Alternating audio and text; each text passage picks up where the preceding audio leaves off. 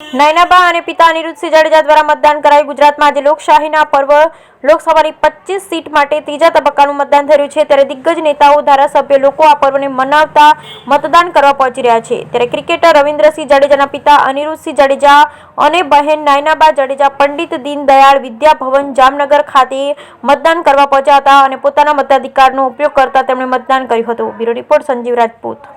बस आज मैं मतदान કર્યું कारण કે મત આપવો એ મારો અધિકાર છે અને લોકશાહી પર્વમાં આ ખૂબ મહત્વનું અને તમારો પવિત્ર મત યોગ્ય જગ્યાએ પડવો ખૂબ જરૂરી છે। આપના માધ્યમથી હું પણ કહેવા માંગીશ કે સતત 30-40 દિવસથી અમે લડાઈ લડી રહ્યા છીએ, નારી અસ્મિતા માટે, નારી સન્માન માટેની લડાઈ લડી રહ્યા છીએ। તો હું જામનગરની જનતાને એ જ અપીલ કરીશ કે આપ બસ મત દેવા જાઓ ત્યારે ખાસ યાદ રાખજો કે તમે તમારું ભવિષ્ય કઈ દિશામાં નક્કી કરી રહ્યા છો।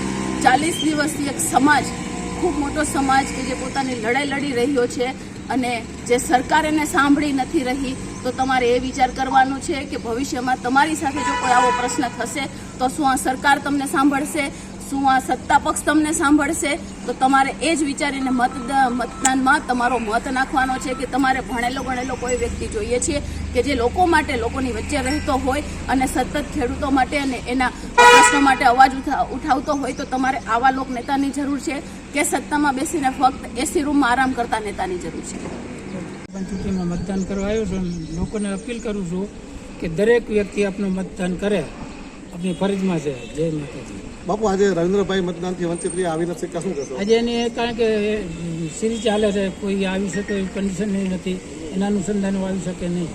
રાજપૂત સમાજ આ વખતે મતદાનમાં વધારે એક્ટિવ દેખાય છે કારણ કે અસ્મિતાની લડાઈ હતી અમારી, આજે અસ્મિતાની સવાલ હતો, છતાં આજે અમારે મજબૂર થઈને આ વસ્તુ કરવી પડે છે।